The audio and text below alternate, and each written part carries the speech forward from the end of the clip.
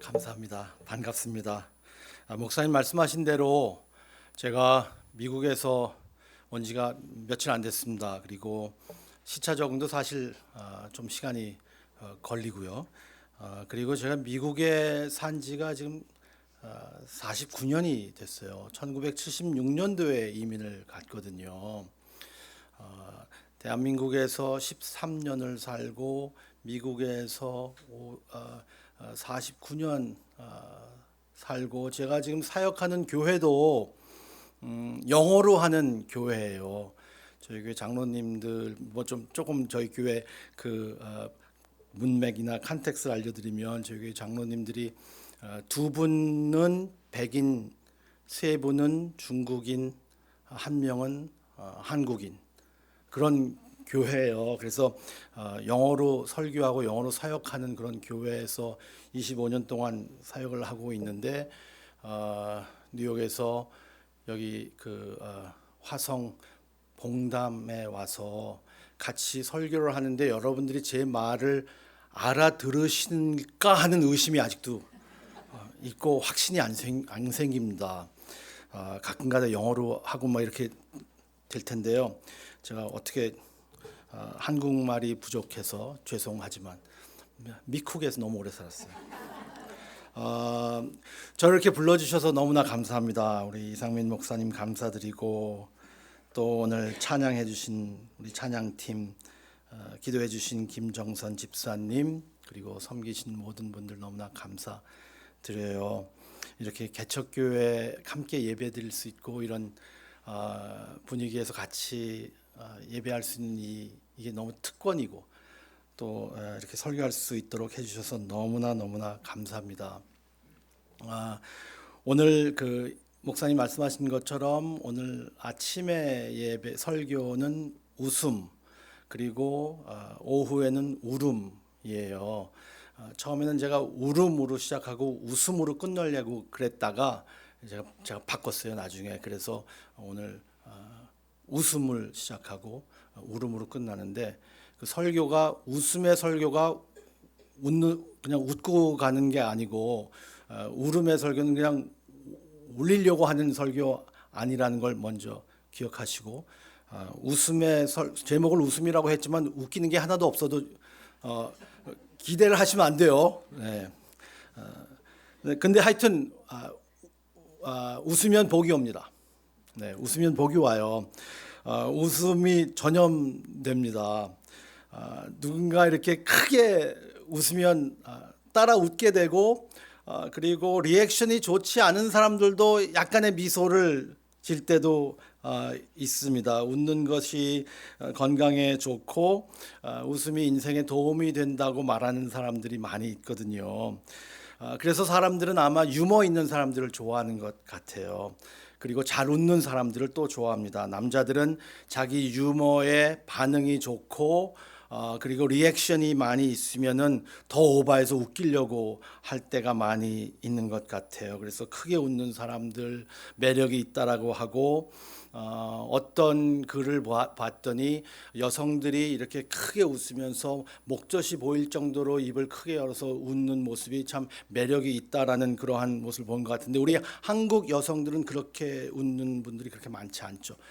그리고 저희 세대나 뭐 이런 분들은 꼭 입을 가리고 저희들은 항상 웃었었죠. 그런데 여하튼 웃는 모습이 무척 보기 좋습니다. 그런데 웃으면은 여러 종류의 웃음이 있는 것 같아요. 제가 좀 찾아봤더니 가가대소라는 웃음이 있대요. 그게 껄껄 웃음이래요.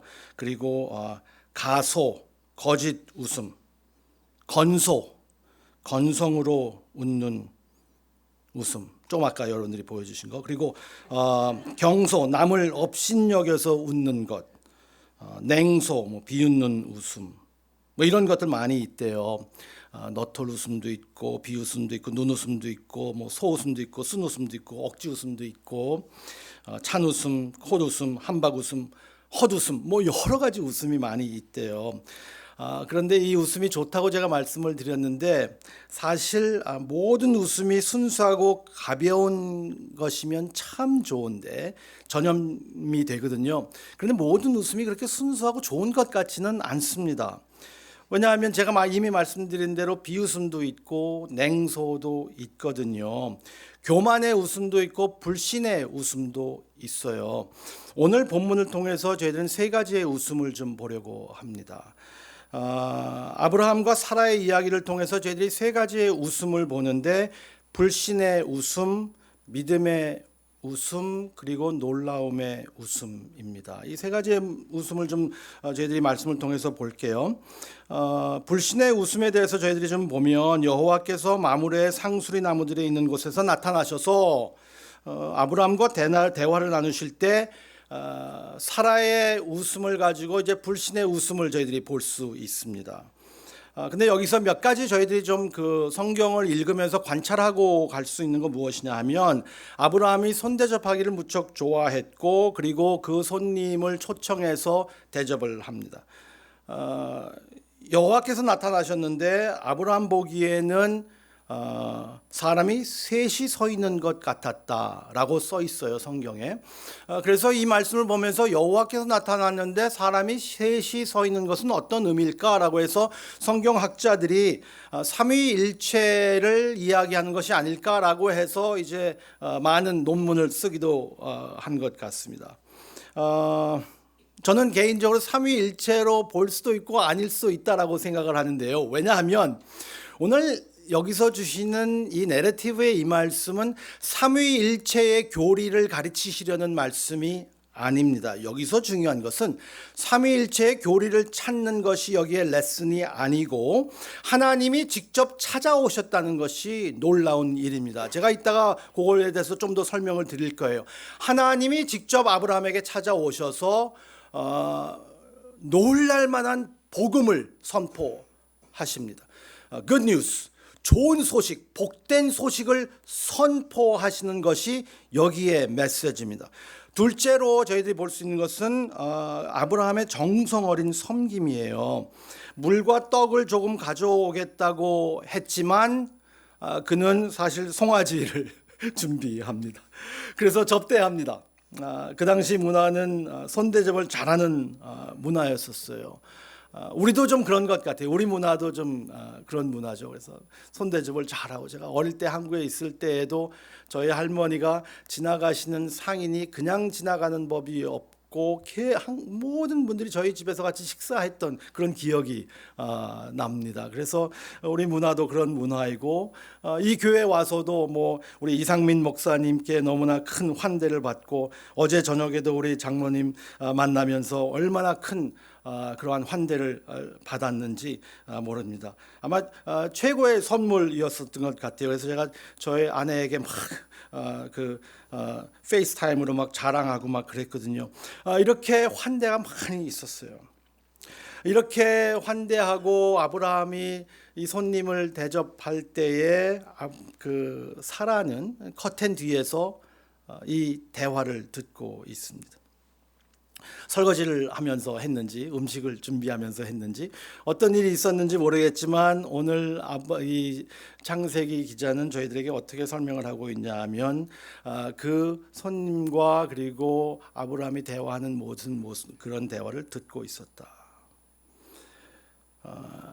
그녀가 들은 것은 아들을 낳을 것이라는 하나님의 말씀이었었어요. 내년 이맘때 다시 올 건데 그때 아들을 낳을 것이다. 그 얘기를 듣는 거예요. 그 얘기를 듣고 사라는 90세 된 자기의 몸을 바라봅니다. 그녀의 머리카락이 희고 그리고 얼굴에 주름도 느껴지고 자기 몸이 완전히 노인이 된 그런 할머니의 몸을 보게 되죠. 그녀는 아마 뼈의 관절염을 느끼기도 했을 겁니다. 월경도 지났다고 성경은 오늘 읽은 것에서 나와 있습니다. 제 예상입니다만은 아브라함은 서로 그 사라와 부부 관계를 가진 지도 무척 오래 됐을 것입니다. 그래서 더더욱 이 말을 들은 그녀가 스스로에게 냉소적인 웃음을 짓습니다. 아무에게도 소리내지 않았지만 웃고 있는 모습이에요. 그래서 하나님께서 말씀하십니다. 여호와께서 아브라함에게 이르시되 사라가 왜 웃으며 이르기를 내가 늙었거늘 어떻게 아들을 낳으리요 하느냐. 여호와께 능치 못할 일이 있겠느냐. 기한이 이를 때 내게 돌아와오리니 사라에게 아들이 있으리라. 이 말씀을 들은 사라가 두려워했다고 성경은 기록하고 있습니다. 마음을 읽으시는 하나님 앞에 자기 자신을 발견한 거죠. 자기가 이렇게 그 얘기를 내년에 아이를 낳을 것이라는 얘기를 듣고 분명히 냉소적인 웃음으로 불신의 웃음으로 내가 안 한다고 말도 안 되는 소리 하지 마십시오 라고 하면서 속으로 그랬지 않겠어요? 내가 지금 몸에 어떻게 아이를 낳습니까?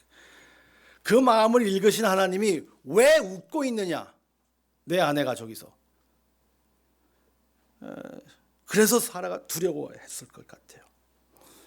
자기의 속마음이 완전히 노출됐거든요. 그래서 사라가 그렇게 말합니다. 웃지 않았어요.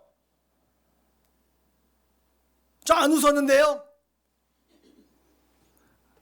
15절에 이렇게 끝납니다. 여호와께서 웃었어. 그리고 끝나버려요. 여기서 성경에서 좀 재밌는 것이 있는데요. 관찰할 만한 것이 뭐냐면은 두려워서 거짓말했다라고 성경은 이야기하고 있습니다. 분명 거짓말은 죄입니다. 그런데 우리가 신앙생활을 하고 교회를 오래 다니시는 분들을 저희들이 이야기를 나누면 우리가 죄에 대해서 이야기할 때 행위적으로 행동적인 것으로 국한할 때가 꽤 많이 있는 것 같아요. 그래서 거짓말하는 것이 죄이기 때문에 거짓말 안 하는 것이 괜찮은 것이고 그것이 옳은 것이다 라고 말한 것 맞아요. 그런데 오늘 성경에서 이야기하는 것은 그것보다 좀 더 깊이 들어갑니다. 왜 거짓말을 했는지 이유를 말해주고 있어요. 그는 두려워하여 거짓말했다라고 성경은 말하고 있습니다. 그래서 저희들이 성경을 볼 때에 그리고 우리들의 행위를 볼 때 우리 행위에는 꼭 그 행위 밑에 우리의 동기가 있듯이 죄의 밑에 죄를 저희들은 항상 봐야 되거든요. 이면적인 것을 저희들이 볼 수 있어야 돼요. 왜 거짓말을 했느냐가 중요해요. 거짓말을 했는데. 거짓말 했다도 중요하지만 왜 거짓말을 했느냐? 사라는 불신과 두려움이었었습니다. 두려움이 우리를 덮을 때 우리는 거짓말합니다. 우리는 변명하기를 좋아합니다. 정당화하기를 좋아합니다. 그래서 우리가 무엇을 잘못했을 때 들킬 때에 아내에게 무슨 일 잘못한 것을 들킬 때에 많은 그 인생의 선배들이 그렇게 조언할 때가 있었습니다. 딱 잡았대. 무조건 잡았대라. 뭐 정당화하고 뭐 이렇게 얘기하지 말고 그럼 더 추해지니까 무조건 딱 잡았대라라고 이야기를 하기도 합니다. 얼마나 불행한 거예요, 그게. 네. 그 안에 있는 것이 있기 때문에 저희들은 정당화하고 그리고 변명하고 그리고 합리화하려고 할 때가 무척 많습니다. 그 모습을 보면서 너무나 좀 처절한 마음이 들죠. 그럴 때마다 하나님께서 저희에게 은혜의 손을 내미시거든요. 그 은혜의 손을 내미시는 것이 사라에게 너 웃었지 였었어요. 너 웃었지. 웃었다. 시인해라 사라야. 너는 웃었다. 저희들이 이 말씀을 보면 좀 웃긴 결론이에요. 왜냐하면 왜 그렇게 하나님은 웃음에 집착하셨을까? 뭐 이 사라가 웃었고 안 웃었고 왜 이렇게 중요했을까요? 왜 중요했습니까? 왜 웃었다는 것을 이렇게 강조하실까? 웃거나 웃지 않을까가 문제가 아니라 그 웃음의 의미가 중요하기 때문입니다. 왜 웃었느냐? 왜 거짓말을 했느냐와 마찬가지로 왜 웃었느냐에 저희들의 교훈이 있는 거예요. 제가 결론 부분에 더 자세히 말씀을 드릴게요. 이제 사라의 불신의 모습을 저희들이 좀 관찰했습니다. 이제 두 번째로 믿음의 웃음을 저희들이 좀 보려고 하는데요. 17장 말씀에 하나님께서 아브라함에게 아들을 주신다는 말씀을 약속을 합니다. 다섯 번째 약속이에요. 그리고 아브라함의 반응을 보게 됩니다. 창세기 17장 17절에 이런 말씀이 있어요. 아브라함이 엎드려 웃으며 마음속으로 이르되 100세 된 사람이 어찌 자식을 낳을까? 사라는 90세니 어찌 출산하리요 하고. 똑같은 이야기를 들었어요. 17장에 아브라함이 이미 이 얘기를 듣고, 그리고 사라도 18장에 이 이야기를 똑같이 들었어요. 그런데 반응이 다릅니다. 아브라함은 이렇게 말합니다. 아브라함이 엎드려 웃으며, 그런데 이 엎드려 웃는 것은 사라가 내가 아이고 말도 안 되네 이런 웃음이 아니었었어요. 여기서는요. 엎드려 웃는 웃음은 너무 좋은 웃음이었습니다. 내가 100세 된 사람이 자식을 낳을까? 사라가 90세인데 출산하리요. 야, 정말 기가 막힌 일이구나 라고 하면서 웃었다고 이야기합니다. 사라와는 다른 종류의 웃음입니다. 이것은 하나님께서 약속하신 것에 대한 기대가, 그 소망이, 그 신뢰가 가득 찬 웃음이었었어요. 세월의 황폐함과 몸의 연약함을 불구하고 하나님이 하시는 일을 기뻐하는 이 기쁨이 찬 믿음의 웃음이에요. 제가 이것을 어떻게 증명드릴 수 있을까요? 사도 바울은 이 광경을 이렇게 해석했습니다. 로마서 4장 19절부터 21절에 사도 바울이 이 장면을 해석하는 면이 나옵니다. 여러분이 성경 있으시면 한번 펴보시면 좋겠는데요. 제가 그냥 제 번역으로 읽을게요. 로마서 4장 19절부터 21절입니다. 그가 100세가 되어 자기 몸이 죽은 것 같고 사라의 태가 죽은 것 같음을 알고도 믿음이 약하여지지 아니하고 믿음이 없어 하나님의 약속을 의심하지 않고 믿음으로 견고하여져서 하나님께 영광을 돌리며 약속하신 그것을 또한 능히 이루실 줄을 확신하였으니 그러므로 그것이 그에게 의로 여겨졌느니라. 대조적인 사라의 웃음은 냉소적이고 불신의 웃음이었습니다.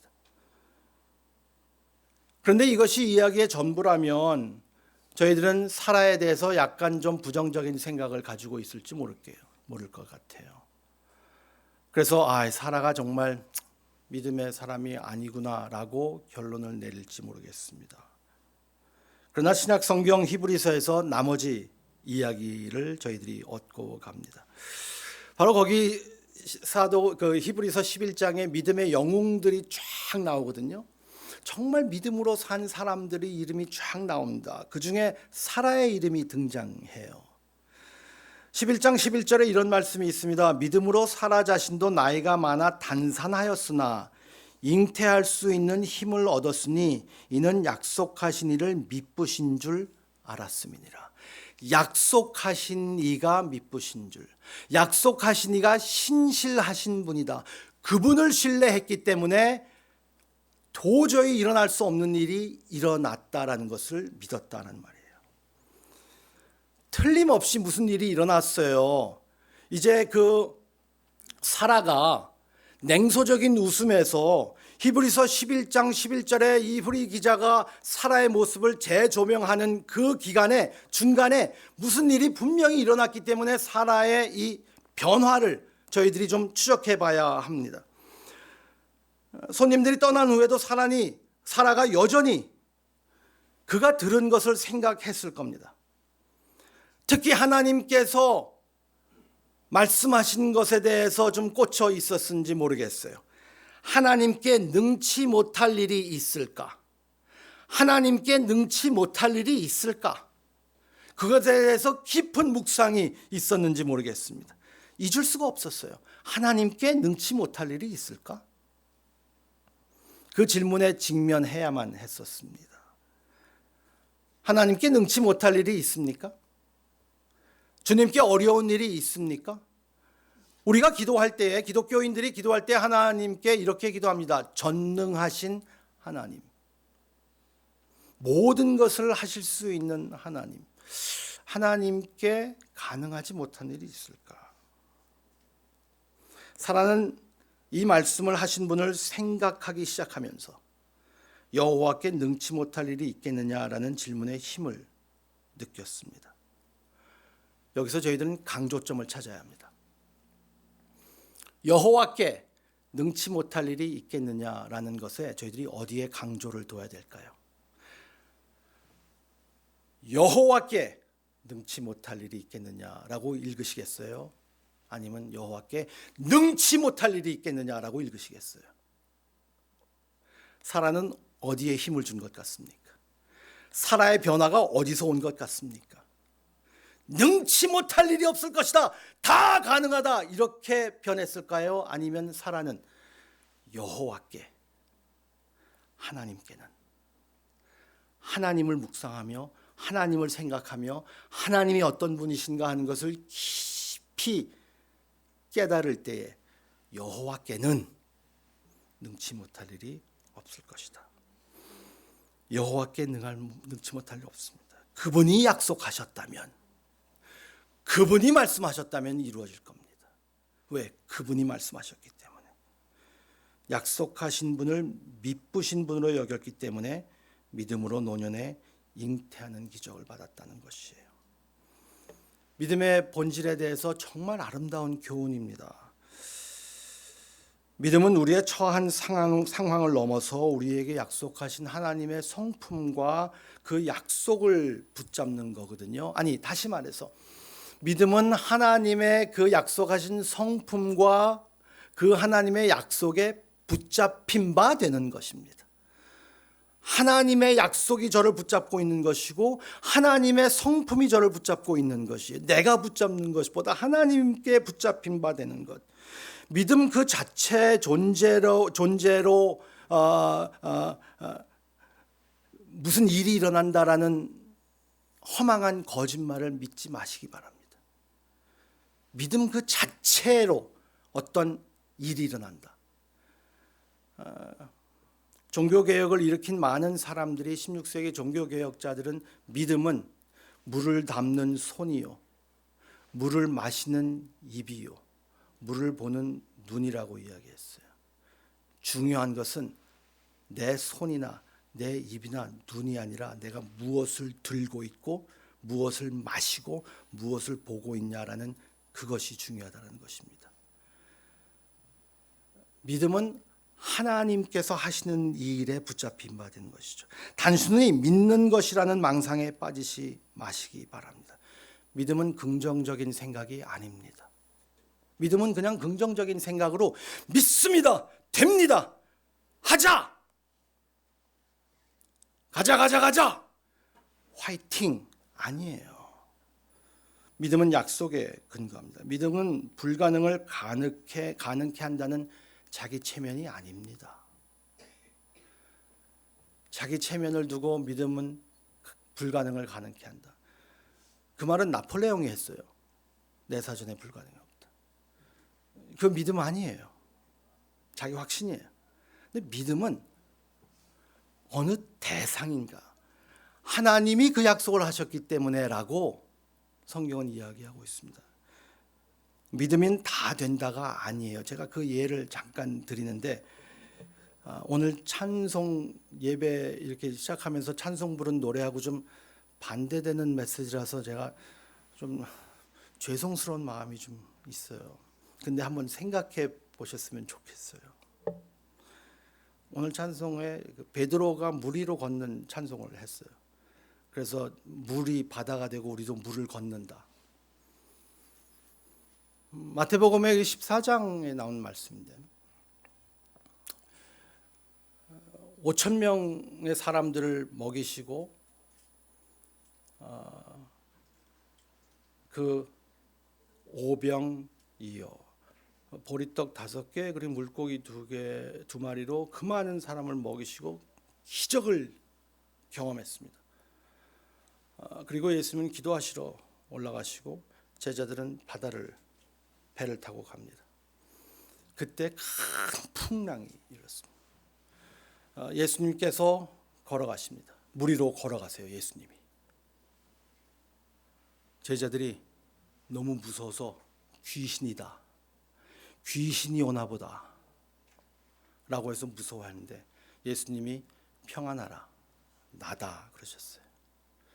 그랬더니 거기서 베드로가 그럼 주님, 저도 물 위로 걷게 해주세요. 베드로가 좀 오버하는 사람이었어요. 예수님이 왜 허락하셨는지 모르겠어요. 근데 허락하셨어요. 그러니까 예수님이 걸어라 라고 명하신 게 아니라 베드로가 저도 걷게 해주세요. 그러니까 예수님이 그래 한번 해봐라. 너 빠질 거야. 근데 한번 해봐 라고 하신 거예요. 베드로가 한 발자국, 두 발자국 걸어갑니다. 근데 바람이 확 붑니다. 파도가 칩니다. 물에 빠져버렸어요. 예수님이 손을 내미시고 건져주시면서 왜 의심하느냐, 왜 이렇게 믿음이 적으냐라고 꾸짖었다고 성경은 말하고 있습니다. 우리는 그 교훈에서 무엇을 얻냐 하면 이제까지 많은 말씀들이 너무나 죄송하지만 성경의 견해가 다를 수 있어요. 우리 해석이 다를 수 있으니까 파도를 걸어야 되는데, 물 위를 걸어야지 되는데 예수님을 바라보지 않고 한눈 팔아서 물에 빠졌다가 교훈이에요.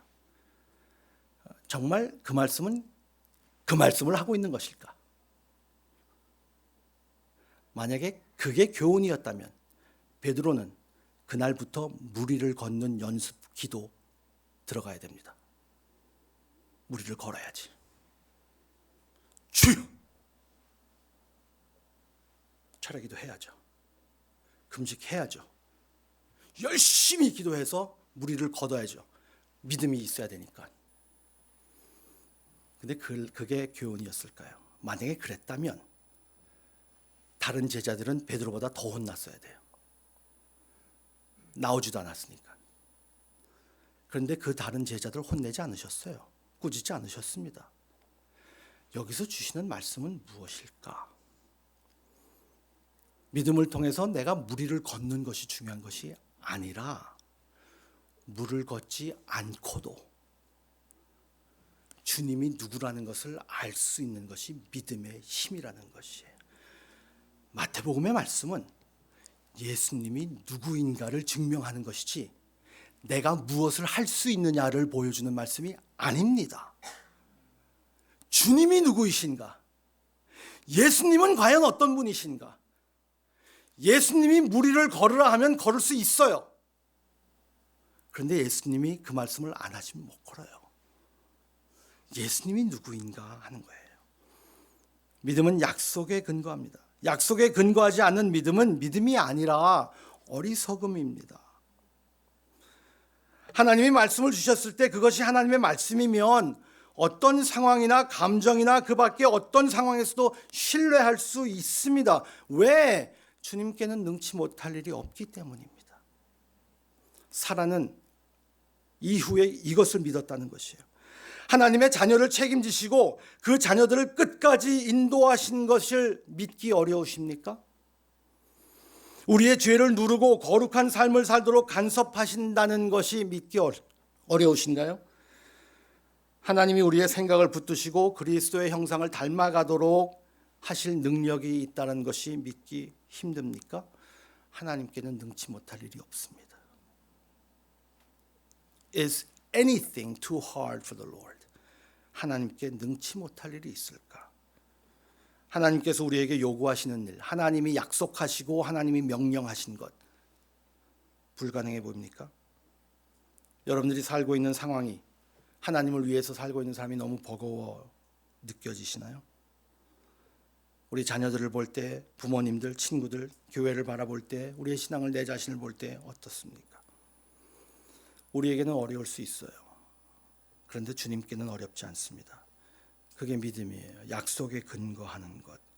미래의 소망이 현재 현실로 오는 겁니다. 미래가 당겨져서 현실로 딱 들어와 있는 것. 그것을 믿음이라고 이야기합니다. 강한 믿음은 약속을 보고 하나님을 바라보는 것입니다. 여기서 하나님의 약속은 무엇이냐면 하나님께서 내가 능치 못할 일이 없겠느냐라는 이 말씀은 내가 지금 너를 저 하늘로 나르게 할 수 있어, 이런 차원이 아니었었어요. 너 송아지 한 마리로 여기 있는 사람들 다 먹일 수 있도록 해줄게, 이 기적을 베푸신 게 아니었었어요. 하나님의 약속, 하나님이 내가 능치 못할 일이 있겠느냐라고 말씀하신 것은 아들을 주시겠다는 약속입니다. 아들을 주시겠다는 약속. 그 약속이 무엇일까? 그 약속에 능치 못할 일이 없겠다. 마지막 놀라움의 웃음입니다. 결국 사라가 웃음으로 축복을 받았어요. 웃음으로. 여러분이 좀 의아하게 생각하실지 모를 거예요. 아니, 처음에 18장에 웃음이 문제가 아니었느냐, 그래서 하나님이 그렇게 집요하게 너 웃었어, 웃었잖아, 시인해라 라고 하셨는데, 하지만 사라의 웃음은 여기서 끝나지 않았거든요.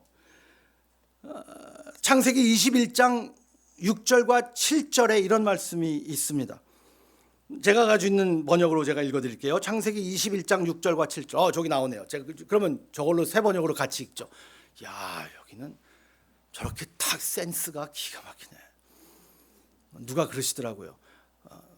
사랑과 믿음과 소망과 사랑은 항상 함께 있을진데 그 중에 제일은 센스니라. 누가 그런 것 같은데. 이 교회는 센스가 너무 있어요. 6절에 이런 말씀이 있어요. 7절. 사라가 혼자서 말하였다. 하나님이 나에게 웃음을 주셨구나. 나와 같은 늙은이가 아들을 낳았다고 하면 듣는 사람마다 나처럼 웃지 않을 수 없겠지. 그는 말을 계속하였다. 사라가 자식들에게 젖을 물리게 될 것이라고 누가 아브라함에게 말할 엄두를 내었으랴. 그러나 내가 지금 늙은 아브라함에게 아들을 낳아주지 않았는가. 이것은 불신이나 냉소적 웃음이 아닙니다. 이것은 하나님의 놀라운 은혜를 경험할 참을 수 없는 기쁨의 웃음입니다. 사라는 믿을 수 없다는 듯이 웃었지만 결론은 하나님이 내리시는 거예요. 그녀의 믿지 않는 웃음을 하나님을 영화롭게 하는 즐거운 감사의 웃음으로 바꿔주시는 분이 하나님이십니다. 하나님은 그녀의 쓰라린 웃음, 증오, 그런 것에서 하나님께서 찾아오셔서 그 웃음을 완전히 바꿔주시는 것이죠.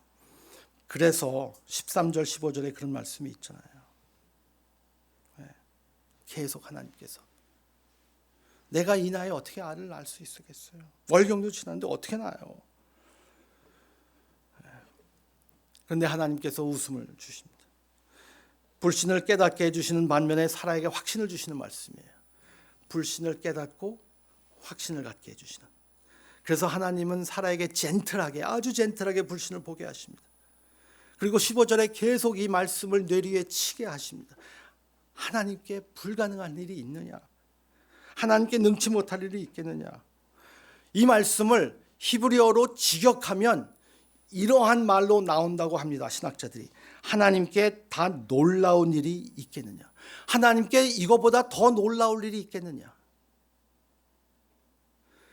영어로 하면 이런 거예요. Is anything too hard for the Lord? 이 말이 Is anything too wonderful for the Lord? 하나님께 이거보다 더 원더풀한 일이 있겠느냐? 이거보다 더 놀라울, 더 원더풀한 일이 무엇이 있겠느냐?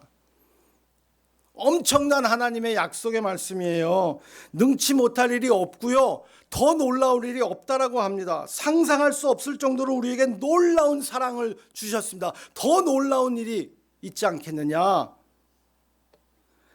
사라에게 약속하신 이 더 놀랍고 능치 못할 일은 무엇이냐 하면 아들을 주셨다는 거예요. 아들. 이게 왜 중요할까요?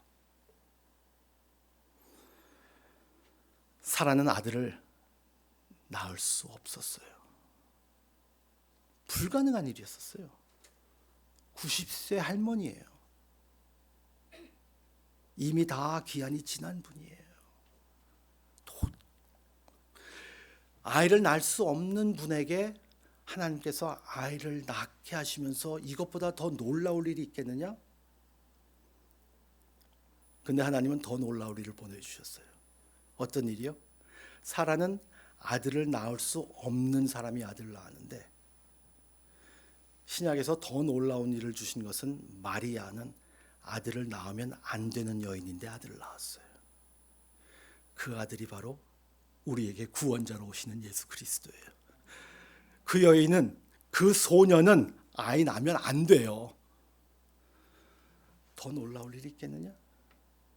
하나님께서 이렇게 놀라운 일을 저희들에게 주십니다. 더 놀라울 수 있는 것, 우리에게 가장 필요한 우리의 구원자이신 예수 그리스도를 주신 거예요. 그래서 오늘도 목사님이 그렇게 인사하게 하시는 거예요. 예수님으로 충분합니다. 예수님이 구원하셨기 때문에, 그 아들을 주셨기 때문에, 사라에게 주셨던 그 아들을 보면서 우리에게 더 놀라울 일이 있겠느냐? 있지롱. 그리고 우리에게 예수를 주셨어요. 이 은혜를 베풀었다는 겁니다. 가장 놀라운 일. 하나님이 아브라함에게 찾아오셨던 것처럼 하나님이 우리에게 인간의 모습으로 찾아오셨던 그 아들의 모습,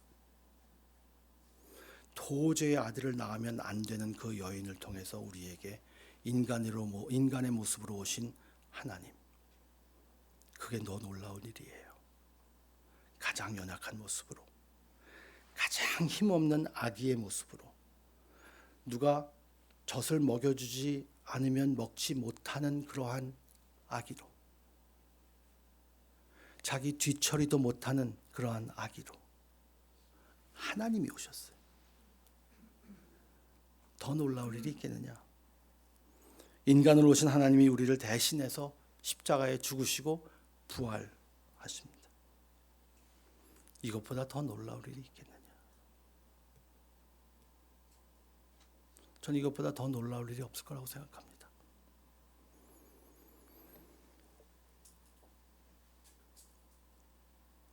그렇게 아기로 오시고 인간으로 오신 분이 그 고통을 통해서 십자가에 지시면서 히브리 기자는 히브리서 12장 2절에 이런 말씀을 합니다. 그분은 기쁨을 내다보시고 십자가를 참으셨습니다. 십자가를 참으시고 그리고 그 고통을 당하실 수 있는 이유는 앞에 있을 기쁨을 내다보셨기 때문에. 저희들에게 올 기쁨이 어떤 건지 아세요? 그리고 여러분들이 갖는 기쁨이 어떤 건지 아십니까? 하나님이 여러분들을 보실 때 어떻게 보신다고 생각하십니까? 하나님의 웃음을 한번 생각해 볼까요? 하나님은 여러분을 볼 때에 환한 모습으로 보실까요? 아니면 미소의 모습으로 여러분을 보시고 계실까요? 예수 봉담교회 교인들은 복음을 잘 이해하시기 때문에 웃음으로 보신다고 믿으실 거예요. 근데 제가 어릴 때에도, 그리고 제가 대학 다닐 때에 주일학교 교사를 하면서 가장 비복음적인 노래를 아이들에게 가르쳤던 생각이 납니다. 여러분들도 교회 오래 다니셨으면 그 노래 주일학교 교사하셨으면 부르셨을 거예요. 지금은 안 해요. 그러니까 하면 큰일 나요. 가장 비복음적인 노래. 근데 제가 크게 했어요. 예배 시간에 떠드는 아이, 예수님이 보시면 뭐라 하실까? 기도 시간에 떠드는 아이, 예수님이 보시면 뭐라 하실까? 아니 안 돼요. 예수님이 화내실 거야. 우리 모두 조용히 두 손 모아 기도드려요. 눈 뜨지 마, 이씨. 눈 감아. 두 손 모으고. 그랬어요. 얼마나 비복음적인 거예요. 예수님이 여러분들을 그렇게 보신다고 생각하세요? 이거보다 더 놀라울 일이 어디 있겠느냐? 여러분들을 너무 사랑하시고 너무 귀하게 여기시고 그리스도의 십자가의 피를 다 쏟아서 죽기까지 사랑하셔서 하나님의 백성으로 자녀로 삼은 그 자녀들을 그렇게 보신다고 생각하세요? 아니요. 하나님이 이 교회를 바라볼 때에, 예수봉담교회, 하나님이 여러분들의 인생을 바라볼 때에 큰 미소를 짓고 있을 겁니다. 너무 예쁘게 보이실 거예요. 그리고 여러분들이 아파하실 때에도, 이따가 오후에도 말씀드리겠지만, 하나님은 함께 울고 계실 거예요. 자녀이기 때문에. 왜 그렇게 할 수 있었을까? 하나님이 저희들을 바라보는 눈은 그의 아들 예수 그리스도를 통하여서 바라보시기 때문이죠. 예수님이 우리를 대신하시는 분이기 때문에 하나님은 저희들을 바라보시면서 그 아들을 사랑하는 만큼 저희들을 사랑하시는 겁니다. 그게 아마 손주 사랑하는 마음인가 봐요. 저는 며느리는 둘이 있지만 손주 아주 없습니다. 저하고 동갑인 정갑신 목사라는 분이 있는데 그분은 손주가 한 30명 정도 되는 것 같아요. 근데 손주를 바라보는 눈이 달라요. 그래서 제가 요새 제 신학적인 견해가 약간 달라졌어요. 하나님을 아버지로 생각하는 것보다는 하나님을 할아버지 할머니로 생각하는 게 오히려 더 이런 면에서는 맞겠다라는 생각이 들더라고요. 할머니 할아버지가 손주를 바라보는 그 모습으로 하나님께서 여러분들을 바라보시는 그 모습, 하나님의 웃음, 하나님의 웃음을 생각하면서 저희들이 살 수 있는 거죠. 왜? 여호와께 더 놀라울 일이 있겠습니까? 여러분들을 구원하신 것보다 더 놀라울 일이 있겠어요? 그 아들을 주신 것보다 더 놀라울 일이 있을까?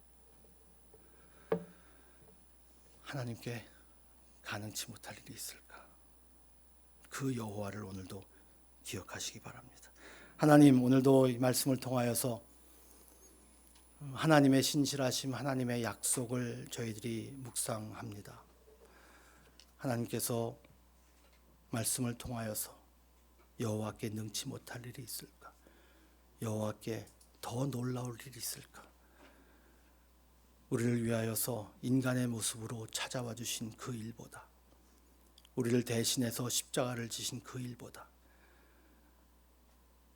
저희들을 천국의 소망을 주시고 하늘에 이름을 새겨주신 그 일보다, 우리의 자녀를 사랑해 주시고 그 자녀의 그 인생을, 그 평생을 책임져 주신다는 하나님의 그 약속보다 아들을 주신 그 이가 우리의 아이를 지켜주시지 않겠는가? 하나님, 더 놀라울 일이 어디 있겠습니까? 저희를 보면서 웃으시고 좋아해 주시고 사랑해 주시는 그 하나님의 모습을 저희들이 기억할 수 있도록 하여 주시고, 사라의 모습이 변했던 것처럼 그리스도를 보며 저희들의 모습도 변할 수 있도록 하여 주시고, 기쁨과 소망의 웃음이 넘치는, 힘들 때에도 그 묵직한 웃음이 있는 저희들 되게 해주시기를 간절히 바라옵고 예수님의 이름으로 기도드립니다. 아멘.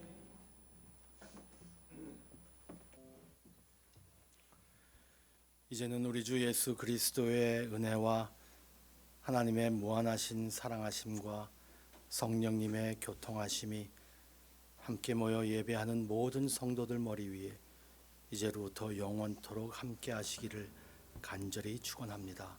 아멘. 감사합니다.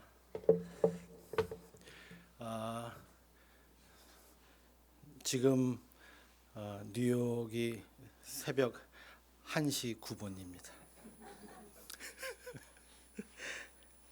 이렇게 여러분들 같이 계셔서 너무나 반갑고 좋습니다. 제가 이미 말씀드린 대로 49년 전에 이제 그 한국을 떠나서 영어권에만 있다가 이제 한국어 교회도 좀 하기는 했어요. 그러면서 한국말로 이제 배우고, 그리고 제가 한국에 처음 왔을 때에 한국에 계신 분들이 내 말을 이해할 수 있을까 하는 것 굉장히 걱정이 있었어요. 그래서 한국말에 대해서 굉장히 많이 배우고 공부하고 싶은 마음이 있었는데 한국말은 참 아름답습니다. 한국 사람들을 잘 표현해 주듯이 정이 있는 것 같아요. 그리고 감정이 풍부합니다. 한국말이. 그래서 그 감정을 담는 표현들이 많이 나오는데 그중 대표적인 것이 죽겠다라는 말입니다. 뭐든지 죽겠대요. 배고파 죽겠다, 보고 싶어 죽겠다, 맛있어 죽겠다, 아파서 죽겠다, 죽겠다 말이 나와요. 오늘 본문에도 똑같은 말이 나옵니다.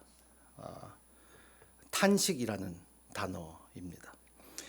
영어로는 groaning이라는 단어로 번역이 됐는데요. 아주 감정이 풍부한 단어입니다. 그냥 아픔을 호소하는 개념이 아니라 아픔을 넘어서 죽음의 울부짖음입니다. 죽음을 앞두고 울부짖는 것입니다. 그래서 문자 그대로 본다면 아파 죽겠다라는 거예요. 탄식이라는 말이 아파 죽겠다.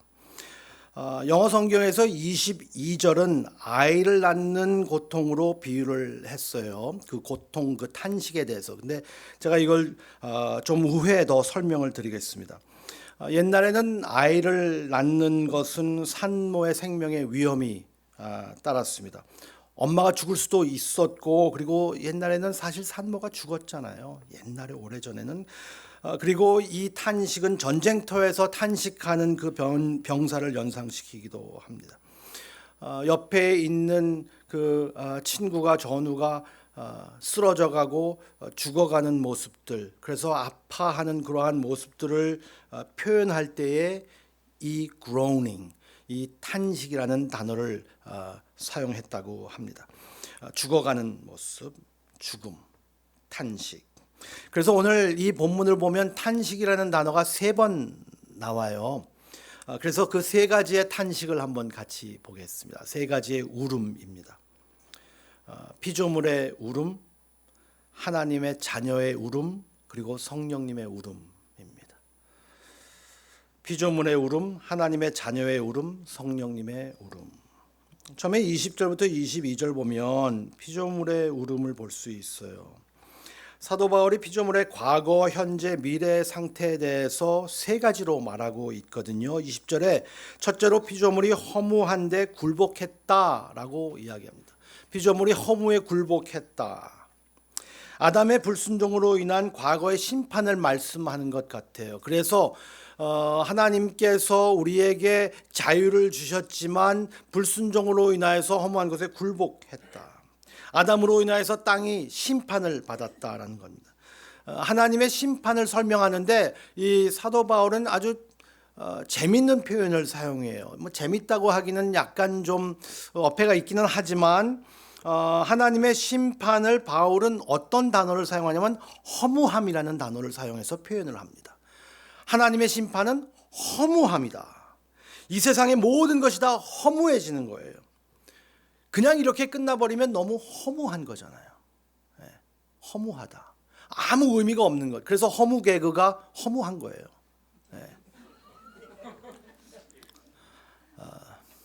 귀 있는 자는 들을지어다. 그냥 끝나버리면 허무한 거잖아요. 아무것도 없어요. 하나님의 심판을 그렇게 설명합니다.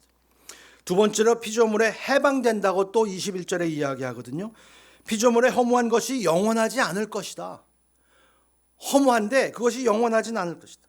분명히 새로운 시작이 있을 것이다 라고 하나님은 약속하십니다. 그것을 사도 바울은 자유라고 표현을 합니다. 하나님의 심판을 허무함으로 표현하고, 그리고 하나님께서 우리에게 다시 허무함에 대해서 회복시켜 주신다는 것을 자유로 표현하고 있어요. 하나님의 피조물, 종노릇한 것에서 자유를 얻게 된다는 말씀이죠. 썩어질 것이 썩어질 거지 않은 것으로 변한다는 말씀입니다. 하나님의 창조된 원 위치로 돌아간다는 말입니다. 모든 해로운 것이 사라지고, 그리고 의와 평강과 화해와 안전과 기쁨이 자리를 잡는다는 약속이에요. 다 원위치로 돌아간다. 시인과 촌장 아세요?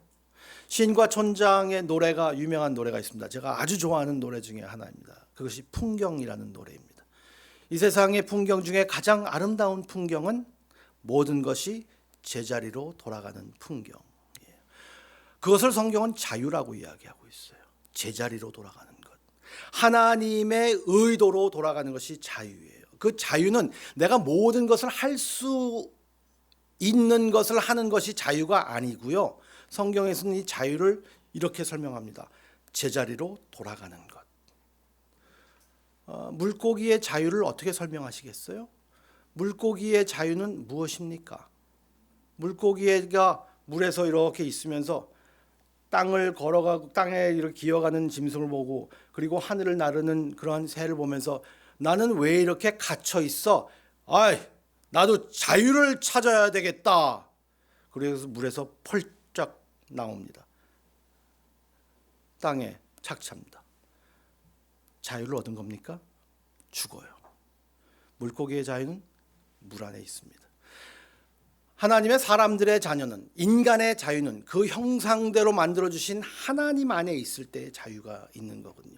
그 제자리로 돌아간다. 그게 자유라고 설명을 하고 있는 것이에요. 근데 이것이 어떻게 이루어지는지는 사도 바울이 이 본문에서는 확실하게 설명하지는 않습니다. 왜냐하면 그런 것 같아요. 제 생각에 사도 바울이 설명하지 않는 이유는 설명해도 모르기 때문이에요. 설명해도 모르기 때문에, 미래의 영광은 우리의 상상하는 것보다 훨씬 크기 때문에 저희들이 상상력을 발휘해도 이해할 수 없기 때문에 그냥 내버려 두는 겁니다. 그래서 어떤 것으로 설명을 해서 거기에 국한시키지 않고 완전히 풀어놓는 것이죠. 그 영광이 파도가 더 이상 우리를 삼키지 않을 것이며 지진 같은 자연 피해가 없다는 그러한 하나님의 그 의도로 완전히 돌아간다는 그러한 것을 이야기합니다. 세 번째로 22절에 피조물의 탄식, 울음을 이야기하고 있습니다. 피조물이 이제까지 함께 신음하며 라는 표현을 이제 세 번역에서 썼는데, 개역개정은 탄식이라고 이야기했고, 그리고 영어성인 groaning이라는 똑같은 울음을 이야기한다. 아파 죽겠다. 죄로 굴복됐던 피조물도 자유를 위해, 해방을 위해 탄식하고 있다, 울고 있다라는 것이에요. 피조물이 울고 있어요. 지금 자연이 울고 있어요. 죄로 인하여서 망해가고 있는 것을 보면서, 근데 그 탄식을, 울음을 하나님이 들어주신다는 말씀입니다. 허무한 것에서 풍성한 것으로 대조하고, 썩어지는 것에서 새로운 것으로 대조하고, 이 세상에 시간이 가면 갈수록 낡아지고 해지고 약해지고 볼품이 없어지는데 새로워진다. 우리의 외모도 그래요. 외모도. 그래서 이 K-뷰티가 대단하지만, 아무리 대단해도 우리의 외모를 그렇게 할 수는 없어요. 사람들이 이제 저에게 40대 중반처럼 보인다 그래갖고 제가 자꾸 웃으셨어요. 이것이 이제 비웃음의 웃음이라고 오늘 아침에 설교드렸으면. 근데 할 수 없어요. 40대 중반으로 자꾸 얘기하더니 이제는 40대 후반으로라고 얘기를 하거든요. 할 수 없어요. 제가 40대 후반으로 보일 수밖에 없거든요. 네, 그러니까 우리의 모습이 여기서 제가 용서를 구해야 되는 건가요? 아니면 이때 딱 잡아떼고 끝까지 그냥 가는 거예요. 하나님의 부활로 인해서 새 하늘과 새 땅이 새롭고 아름답고 더 강하고 더 깨끗하게 된다. 왜냐하면 이 세상은 낡아질 수밖에 없어요. 우리 모두가 그렇습니다. 그래서 탄식, 울음에서 기쁨을 대조합니다. 한글 성경이 제가 아까 이미 말씀드린 것처럼 22절의 뜻을 직역합니다. 직역을 했는데 이것의 의미가 조금 깊이 있는 의미가 있어요. 1세기 성경을 읽는 사람들은 이 단어가 무슨 뜻을 이해하고 있는지 다 알아들었습니다. 왜냐하면 그 단어마다 뉘앙스가 있거든요. 그 단어마다 그 뉘앙스가 있고 그 뜻이 있어요. 한 단어를 사용해도. 저쪽 호남 쪽에서 오신 분들은 어느 컨텍스트에서 어떻게 쓰냐에 따라서 거시기 그럼 다 알아듣거든요. 다 알아들어요. 뉘앙스가 있기 때문에. 그런데 이때 1세기에 이 단어를 사용하면 모든 사람들이 이렇게 이해했습니다. 한글에 고통을 겪다라는 말이 헬라어로 수노디노라는 단어를 사용했습니다. 이 단어를 이야기하면 모든 1세기에 있는 사람들은 이해했습니다. 어떻게? 아이를 낳는 고통을 표현하는 단어로. 수노디노 그러면 그냥 고통이 아니에요. 수노디노 그러면 아이를 낳는 고통이구나 라고 이해를 했는데 우리 한글 성경에서는 그 시대에 있었던 의미를 빼고 그냥 직역을 했어요. 근데 영어 성경에서는 이것을 이 의미를 갖고 번역을 했거든요. Pains of childbirth라는 말을 써놨습니다. 영어 성경에서는. 아이를 낳는 것다. 출산 고통이라고 번역해야 되는 것이죠. 우리가 그때의 의미를 제대로 이해한다면 출산 고통. 그렇다면 바울은 지금 현재 탄식은 출산 탄식이라는 이야기를 합니다. 출산의 울음. 왜? 출산 후에는 기쁨이 있기 때문입니다. 저는 몰라요.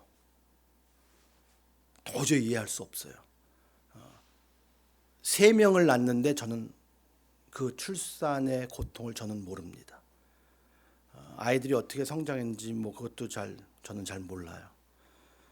저희 아내가 다 했기 때문에 저희 아내가 그렇게 이야기해야 된다고 또 얘기를 했기 때문에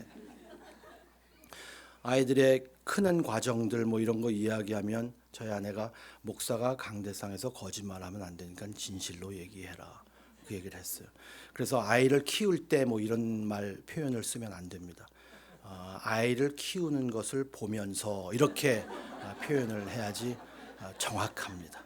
정확하게 표현이 돼야 되거든요. 한국말이 아주 기가 막혀요. 정확하게 표현이 돼야죠. 그런데 그렇게 아팠어요. 제가 분만실에 다 갔었는데 그렇게 아팠어요. 그랬는데 그 아픔을 잊나 봐요. 그러니까 둘째가 나왔어요. 그래서 또 잊었나 봐요. 셋째가 또 나왔어요. 그때는 안 잊혀지나 봐요. 그다음부터는 끝 그러더라고요. 하나님의 세상은 절대로 멸망으로 끝나는 것이 아니라 자유와 영광으로 끝난다는 것을 사도 바울이 강조하고 싶었던 것 같습니다. 하나님의 영광으로 이 세상은 가득 찰 것이다 라고 이야기합니다. 바다에 물이 넘치듯이, 이 표현이 너무 아름답지 않습니까? 바다에 물이 넘치듯이 하나님의 영광을 넘칠 것이다.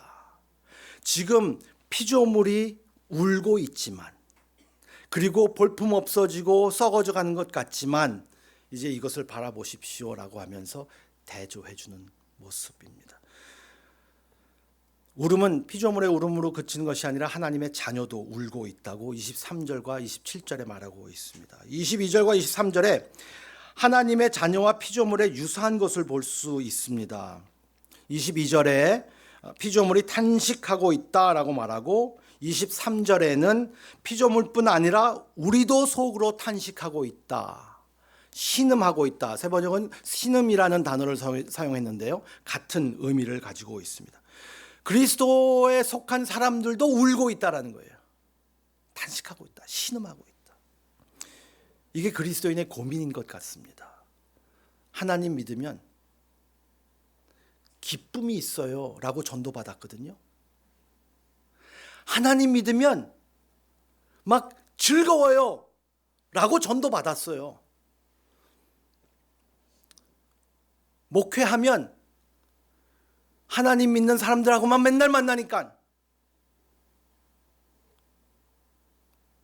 그랬거든요.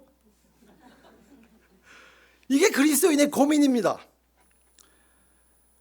하나님이 시작하셨어요, 분명히. 그리고 그것을 약속하셨어요. 기쁨 약속하시고 즐거움, 행복 있어요.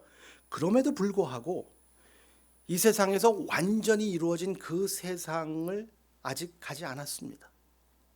그렇기 때문에 하나님께서 시작하신 일과 하나님이 이루실 것 사이에 우리가 있습니다. 그 사이에. 그것을 긴장이라고 이야기합니다. 그래서 우리가 탄식하는 거예요. 올 것을 알고 있기 때문에. 이게 끝이라면 이거밖에 몰라요. 그리고 이렇게 사는 거예요. 그리스도인이 탄식하는 이유는 끝을 알기 때문이에요. 하나님께서 우리에게 주실 것을 성경은 약속하고 있기 때문에, 우리 안에 거하시는 성령님으로 인해서 장차 올 영광을 보면 기쁨이 넘치고 기대감이 있습니다. 하지만 아직 미래가 오지 않았기 때문에 우리는 고통이 아직도 있습니다. 그래서 그 사이에 있어요. 그래서 아프고 슬픕니다.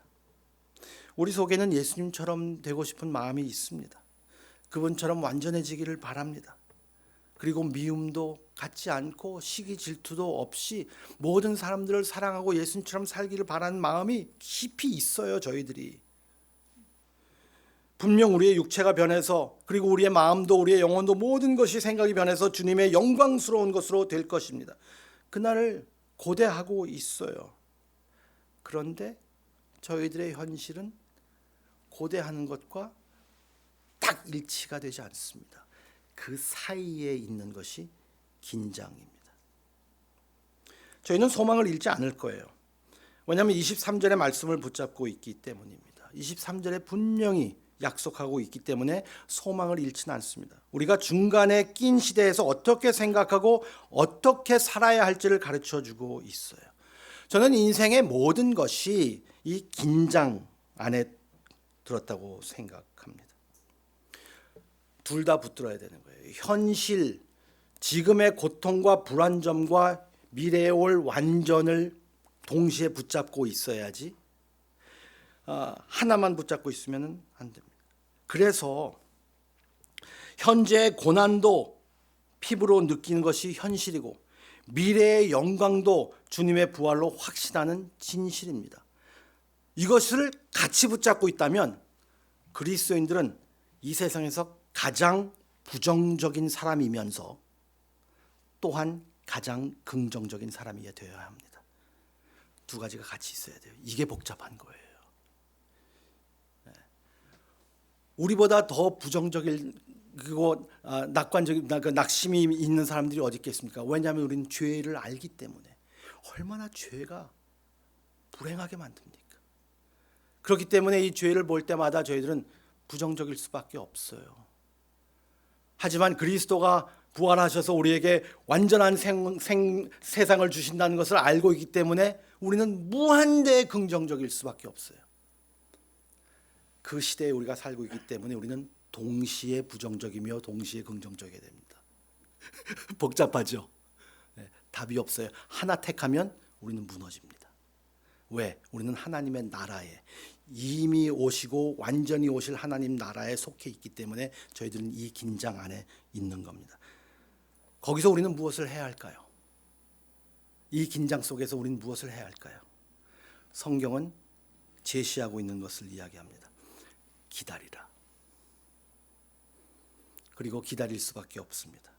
하지만 우리의 기다림은 또 긴장의 기다림입니다. 우리가 기다리는 것에 대해서 좀 애매하게 생각할 때가 있어요. 우리 한국 사람들이 이 기다림과 이 무엇을 이뤄내는 것에 이 긴장을 잘 가지고 있다고 생각해요. 저는 한국 분들은 좀 급해요. 제가 비행기에서 내릴 때마다 급해요.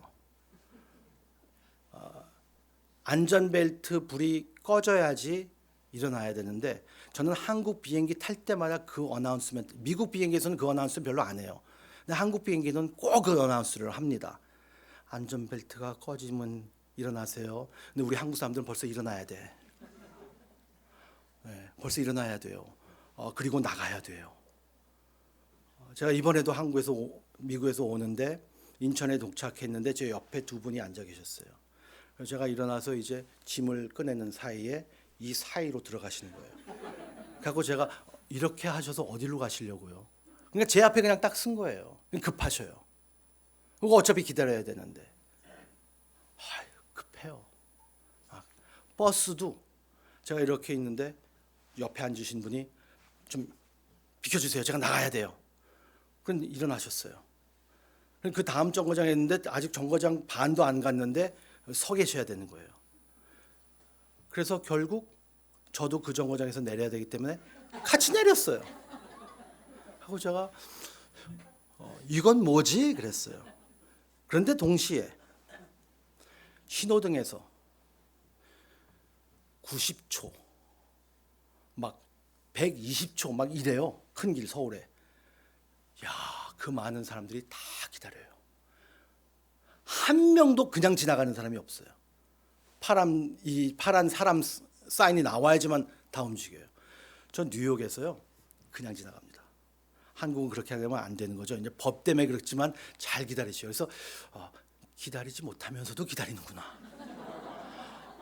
이 긴장감이구나. 라는 신학적인 인사이트를 제가 이번에 배웠습니다.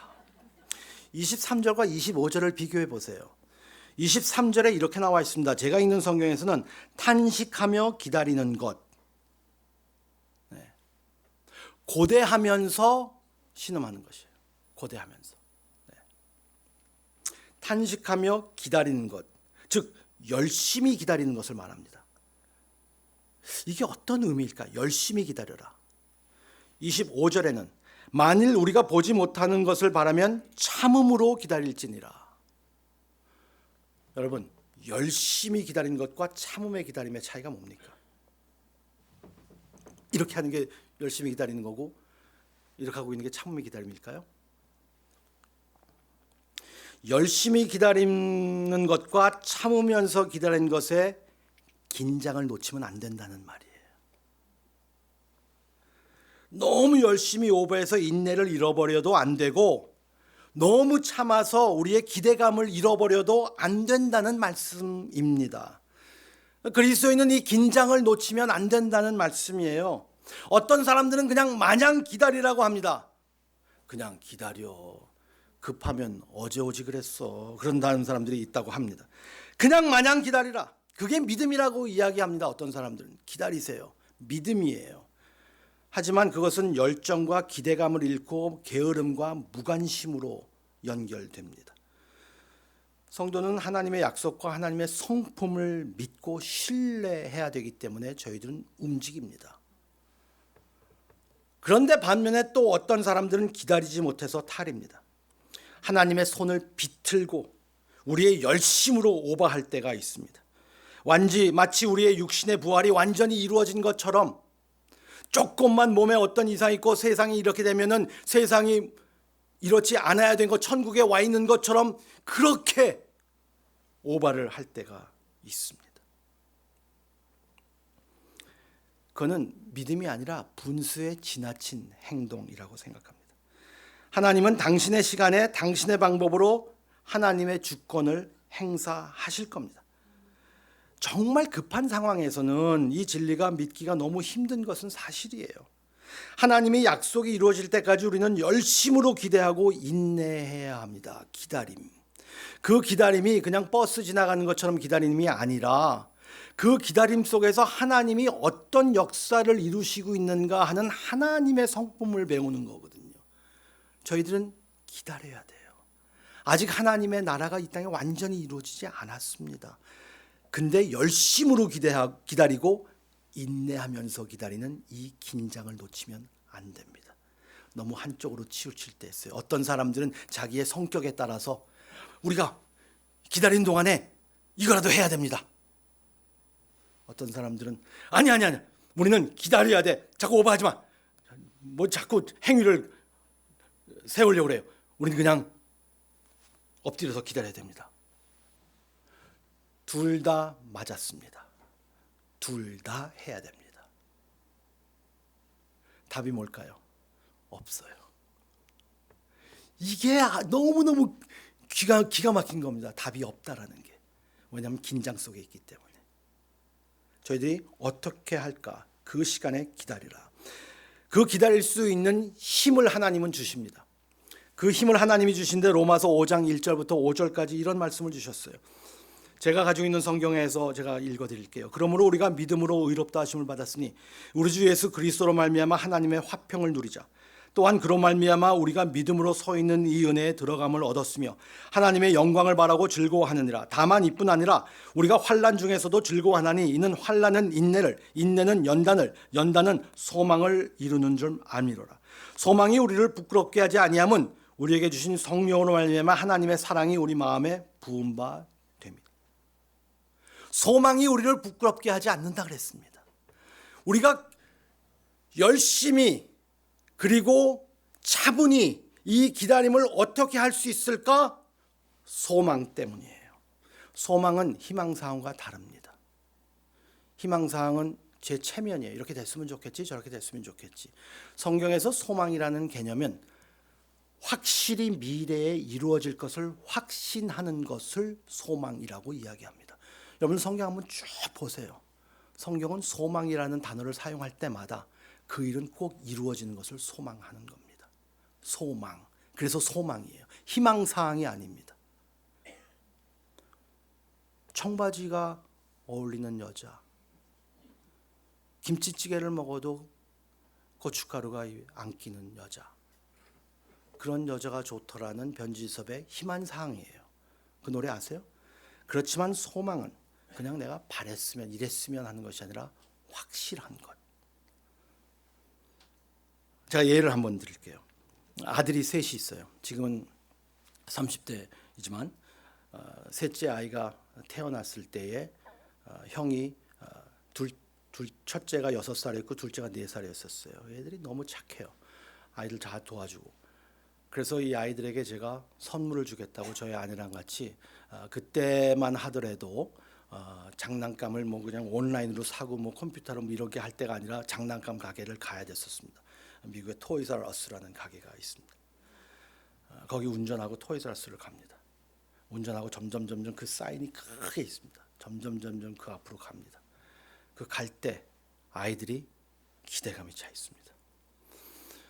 그 아이들이 여러분들은 잘 아실 거예요. 그 아이들이 토이즈 R 어스 그 장난감 가게로 갈 때 더 기분이 좋고 서로 사이가 좋았을까요? 아니면 그걸 다 가지고 집에 올 때 더 사이 좋고 더 기분이 좋았을까요? 갈 때. 왜? 소망 때문에요. 확실히 가기 때문에. 제가 글로 가면서 아니지롱 그러고 틀었습니다. 너희들에게 연단을 가르치려고 하는 것이다. 아무도 믿지 마라. 아니지롱 그러고 돌았으면은 걔네들 소망 몰라요. 그런데 제가 가고 있어요. 소망. 확실히 있어요. 그렇기 때문에 그 아이들은 서로 너 뭐 살 거야? 난 이런 거 살 건데 저거 살 건데 저거 살 건데 그러면서 소망을 가지고 그 차 안에서 가고 있는 겁니다. 그게 소망이에요. 우리 주님께서 저희들에게 약속하신 것은 주님이 다시 오신다는 겁니다. 그리고 이 세상이 완전하게 이루어진다는 겁니다. 이 세상이 완전히 변해져서 천국을 우리에게 선물해 주신다는 겁니다. 모든 것이 완전한 샬롬이 이루어진다는 것, 그것을 저희들은 희망사항이라고 이야기하지 않습니다. 소망이라고 이야기합니다. 소망은 우리를 부끄럽게 하지 않아요. 그렇기 때문에 저희는 그 소망을 가지고 저희들이 기다릴 수 있는 겁니다. 저희들은 아프거든요. 그런데 성령님의 울음도 저희들은 26절에 또 볼 수 있습니다. 저희들이 기다리면서 저희들이 무엇을 할 수 있을까? 그냥 기다림, 소망을 가지고 기다림이 무엇입니까? 그게 어떤 모습으로 나타날까요? 라고 한다면 저는 기도라고 이야기할 것 같습니다. 가장 힘들고 어려울 때 저희들이 할 수 있는 것, 기다리고 있을 때 저희들이 할 수 있는 것이 기도예요. 그런데 여러분, 기도도 안 나올 때 있죠. 너무 아파서 소리도 못 낼 때 있어요. 한번 빡 맞으면 숨이 멎어져요. 우리 인생에서 숨이 멎어지는 사건들이 몇 번 일어납니다. 한숨만 쉬어지고 겨우 쉬어지고 도저히 앞이 안 보일 때가 있습니다. 이럴 때 바로 성령님께서 일하시죠. 피조물이 울부짖고 하나님의 자녀들이 울부짖고 성령님도 말할 수 없이 울고 있다라고 26절에서 설명하고 있습니다. 우리를 위해서 친히 간구하시는데 말할 수 없는 탄식, 말할 수 없는 울부짖음, 엄격하게 말한다면 말이 없는 탄식입니다. 울고 있어요. 근데 울고 있는데 소리가 나지 않아요. 우리는 말을 안 하고 무엇을 기도해야 할지 모릅니다. 고통과 고난 가운데서 뭐라고 해야 됩니까? 그래서 성령님이 대신 말씀해 주신다고 말하고 있어요. 성령님이 대신 기도해 주신다.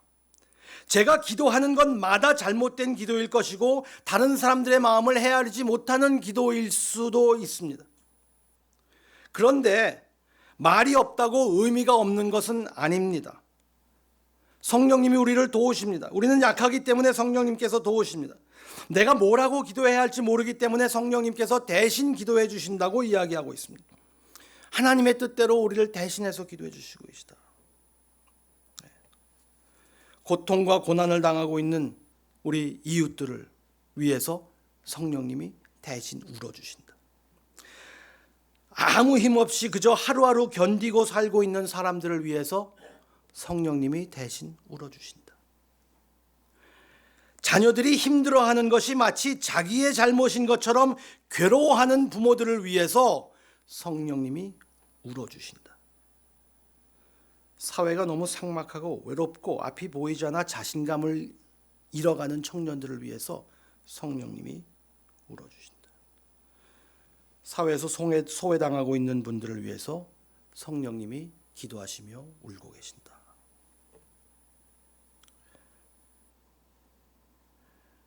여러분, 기도할 때 말이 안 나올 때 있어요. 제가 아는 어떤 목사님이요, 목회하시면서 무척 힘드셨나 봐요. 너무 괴로우셨대요. 그래서 새벽마다 강대상 뒤에서 기도는 안 나오고 이렇게 했답니다. 아시지요, 아시지요, 아시지요, 주님, 아시지요,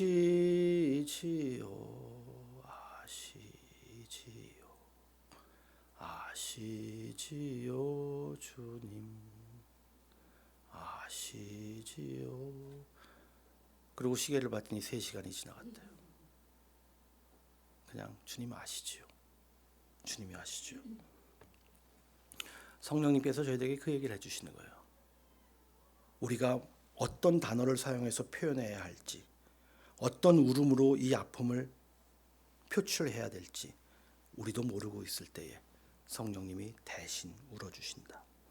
여러분은 어이가 아프다고 소리 지를 때, 그리고 울 때 어떻게 하십니까? 어린아이가, 자녀가 아프다고 울어요. 그때 어떻게 하세요? 눈을 흘기고 무시하십니까? 야, 참아! 너 그러니까 그렇게 놀지 말라 그랬지? 그건 우리 세대 부모님들은 그랬어요. 지금 부모님들은 그러면 안 돼. 아픈 아이에게 더 관심을 갖는 거예요. 아픈 아이를 더 사랑하는 것은 아니죠. 그리고 아플 때 다 자녀를 더 사랑해서 그런 것 아닙니다. 하지만 그 사랑이 더 강렬해지는 것은 맞습니다. 아플 때 아버지 하나님께서 나와서 울부짖고 탄식할 때에 아프다고 혼내는 부모 없어요. 아프면서 참으면 부모가 더 마음이 안 좋습니다. 아플 때 우리 아버지는 더욱 강렬한 사랑으로 우리의 탄식을 들어주십니다. 강렬한 사랑, 강렬한 관심을 말하는 겁니다. 하나님께서 그렇게 말씀하신다는 거예요. 본문 26절에 그런 말씀이 있거든요. 우리는 마땅히 기도할 바를 알지 못하나 오직 성령이 말할 수 없는 탄식으로 우리를 위하여 친히 간구하시느니라. 우리가 내는 소리가 아니에요. 우리가 기도하는 것이 아니라 성령님이 기도하시는 겁니다.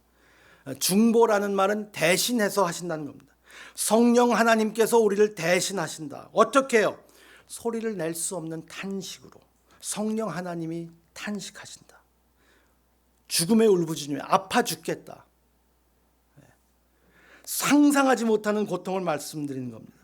성령 하나님께서 영원 불변하신 하나님, 전지전능하신 하나님이 우리의 아픔과 고통과 탄식을 정말 알고 계시는 겁니까? 말씀으로 세상을 완전히 만드시고 말씀 한마디로 죽은 자도 살리시는 분이 우리의 고통을 아세요? 해산의 고통을, 자신의 죽음의 위험을 감수하고 낳는 해산의 고통, 그 고통을 하나님이 아실 수 있을까? 생명을 주시기 위해서 자신의 죽음을 선택하는 여인의 고통을 그 높은 하나님께서 어떻게 이해하실 수 있을까? 전쟁터에서 구조해달라고 부르짖는 전사의 고뇌와 신음소리를 어떻게 하나님이 아시겠습니까? 하나님께서 우리 고통을 아실까? 하찮게 생각하진 않으실까? 하나님이 그 높은 보좌에 계신 분이 내가 직장에서, 그리고 학교에서, 가정에서, 그리고 개인적인 그러한 것에서, 교회에서 아프고 슬프고 서럽고 억울해서 죽겠다는 이 고통을 아실까? 하나님이 그런 신음과 고통을 어떻게 아실 수 있을까요? 그 고통, 하나님께서는 인간의 모습으로 오셔서 우리가 상상하지도 못하는 고통을 경험하셨습니다. 예수 그리스도가 외면당하고 죽을 때까지 고통을 받고 탄식하셨기에 우리들의 고통과 탄식을 듣고 계시는 분이라는 겁니다. 어린 자식이 아파하면서 울 때 아버지 어머니가 함께 울부짖듯이 성령님의 탄식으로 중보할 때 하나님은 그 아픔을 아시는 거예요. 내가 사랑하는 사람이 아플 때에, 내 사랑하는 사람이 고통을 당할 때에 정말 사랑하는 사람이면 차라리 내가 아픈 게 나아요. 특히 자녀는. 하나님. 그래서 한국 드라마들 보면 그런 일이 있을 때마다 하나님, 부처님 누구든지 모르겠지만 차라리 나를 데려가시오. 나를 잡아가지고 왜 우리 애를. 이런 대사들 많이 나와요. 그것처럼 성령님이 대신 아파하신다. 명료하지 않은 외침을 들으시고 우리의 기도의 어리석은 부분은 무시하시고 우리의 마음을 읽어주시는 좋으신 하나님. 그래서 무조건 저희들은 기도하는 거예요. 이게 신학적으로 맞나? 이거 이렇게 하면 되나? 그거 상관없어요. 무조건 아프다고 얘기하는 거예요. 하나님 아파 죽겠어요. 너 이기적인 기도하는 것 같아? 하나님의 뜻대로 기도하는 것 같아? 주의 뜻대로 기도해야지 너의 뜻대로 기도하면 돼? 하나님 그러지 않으셔요. 좋으신 아버지이기 때문에 이거 신학적으로 틀렸네. 이거 내가 고쳐줘야지. 그냥 하나님께서 다 받으시는 거예요. 그래서 하나님은 우리를 안아주시고 우리의 고통을 우리의 위대한 존재로 그것을 통과하시게 하시는 분이라는 것이죠.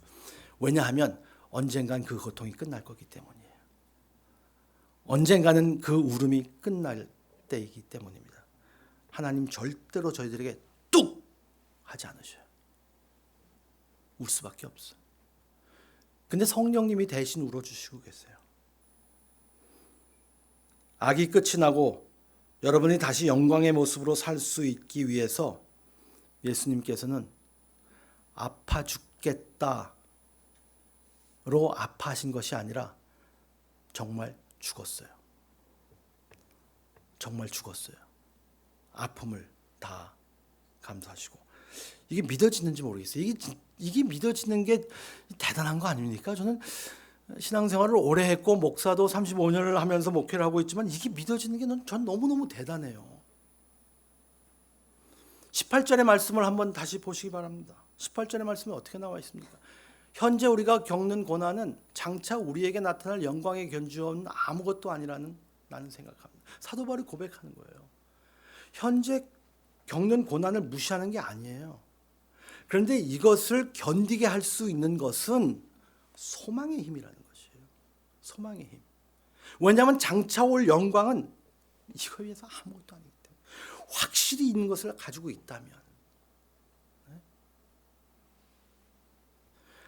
다음에 무엇이 먹을 것이 나올까 고민하면서 점심을 스킵하는 사람과 저녁에 무진장 좋은 음식이 있어 그러면서 점심을 스킵하는 사람은 완전히 인생이 다른 거예요.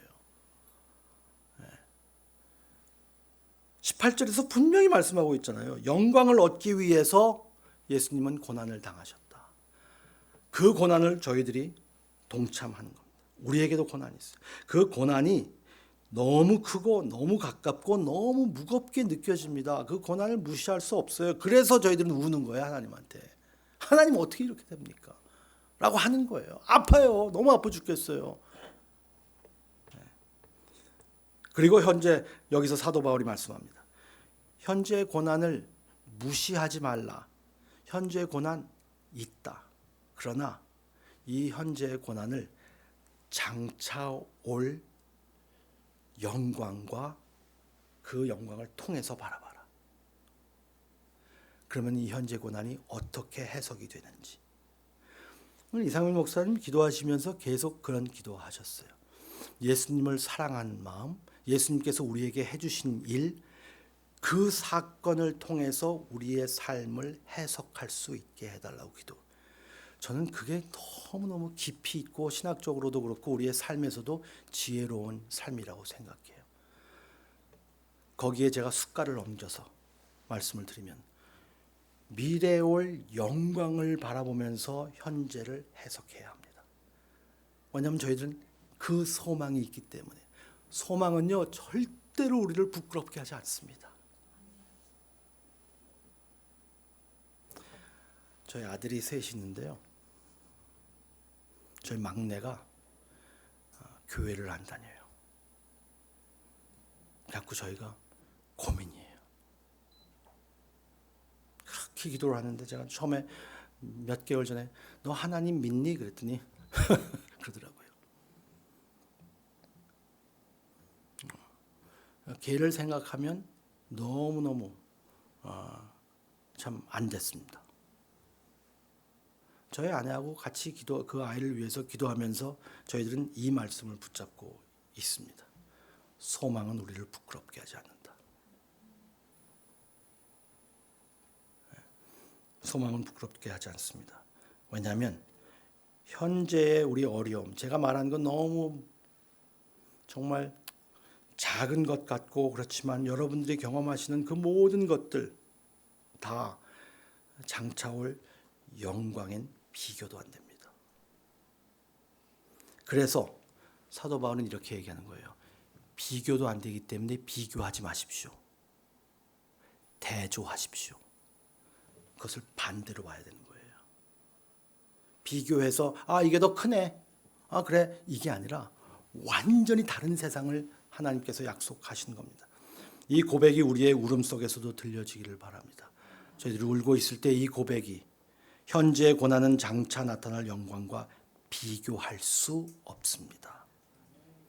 그 소망으로 저희들이 있었으면 좋겠습니다. 하나님, 저희들에게 로마서 8장의 말씀을 통하여서 피조물의 울음, 하나님의 자녀된 우리들의 울음, 그리고 결국 성령님의 울음의 소리를 저희들이 들을 수 있도록 하여 주시고 또 경험하게 하여 주셔서 그 큰 고통을 통하여서 저희들에게 장차 소망, 영광을 허락하시는 것을 저희들 바라볼 수 있도록 하여 주시고 지금은 너무 힘들고 어려운 울음 가운데 있지만 그리고 그것을 부인할 수 없지만 하나님 장차 올 영광도 저희들이 분명히 꼭 붙잡고 있게 하여 주셔서 그 긴장 속에서 저희들이 어떻게 하나님을 의지하는 삶을 살아야 하는지 어떤 모습으로 저희들이 기도하는 사람들이 되어야 하는지 그래서 성령님께서 저희를 대신하여서 울어주시는 소리를 어떻게 들을 수 있는지 그 성령님의 역사하심에 저희들이 어떻게 귀 기울이고 그리고 함께 울어주시는 그분으로 인하여서 저희들이 힘을 얻을 수 있는지 그리고 그분으로 인하여서 저희들이 어떻게 소망을 갖고 살 수 있는지 이 세상의 사람들 같지 않고 소망의 사람으로 어떻게 설 수 있는지 성령 하나님 계속 인도하여 주시고 지켜주시기를 간절히 소원합니다. 하나님께서 그렇게 해주실 것을 믿고 예수님의 이름으로 기도드립니다.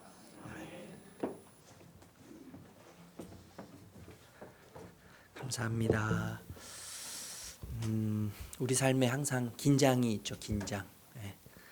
현재와 또 미래 사이에 불확실성 속에 살면서 우리 모두가 느낄 수밖에 없는 긴장이 있는데 그 긴장 속에서 하나님은 기다리라고 말씀하십니다.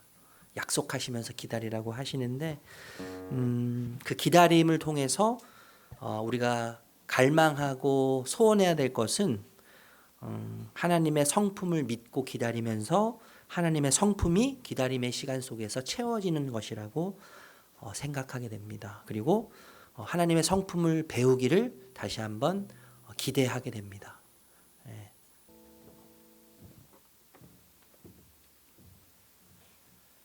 이제는 우리 주 예수 그리스도의 은혜와 하나님 아버지의 무한하신 사랑하심과 성령님의 교통하심이 여기 함께 말씀 앞에 기도하며 소망을 붙들고 사는 귀한 성도들 머리머리와 가정 위에 이제로부터 영원토록 함께 하시기를 간절히 축원합니다. 아멘.